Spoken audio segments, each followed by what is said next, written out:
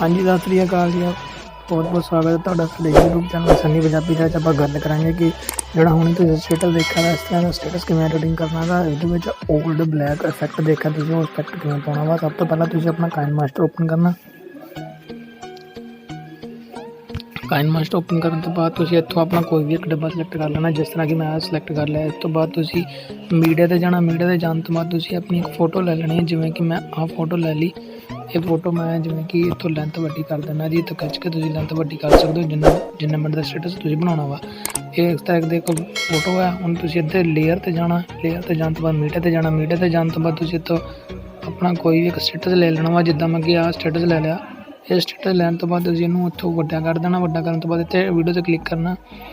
तुहाडे कोल एक इत्थे ऑप्शन आएगी, इत्थे क्लिक करना। इत्थे क्लिक करन तो बाद पूरा फुल कर देना। इहनूं फुल करन तो बाद थल्ले आओगे तुसीं इत्थे लिखा क्रोमा की इनेबल कर देना। इनेबल करन तो बाद तुसीं हुण स्टेटस देख सकदे हो।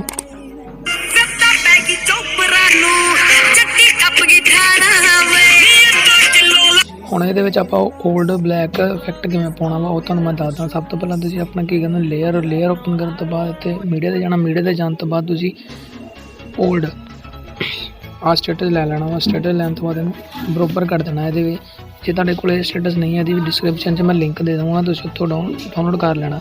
ਉਸ ਤੋਂ ਬਾਅਦ ਇੱਥੇ ਓਪਨ ਕਰ ਦੇਣਾ। ਪੂਰੀ ਫੁੱਲ ਕਰਨ ਤੋਂ ਬਾਅਦ ਫਿਰ ਇਹਨੂੰ ਕ੍ਰੋਮਾ ਕੀ 'ਤੇ ਜਾ ਕੇ ਓਪਨ ਕਰ ਦੇਣਾ। ਓਪਨ ਕਰਨ ਤੋਂ ਬਾਅਦ ਤੁਸੀਂ ਚਲਾ ਕੇ ਦੇਖ ਸਕਦੇ ਹੋ।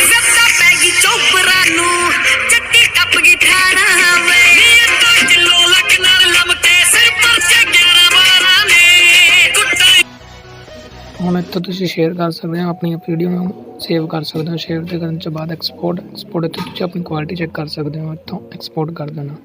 ਐਕਸਪੋਰਟ ਕਰਨ ਤੋਂ ਬਾਅਦ ਤੁਹਾਡੀ ਆ ਵੀਡੀਓ ਸੇਵ ਹੋਣ ਲੱਗ ਜਾਏਗੀ।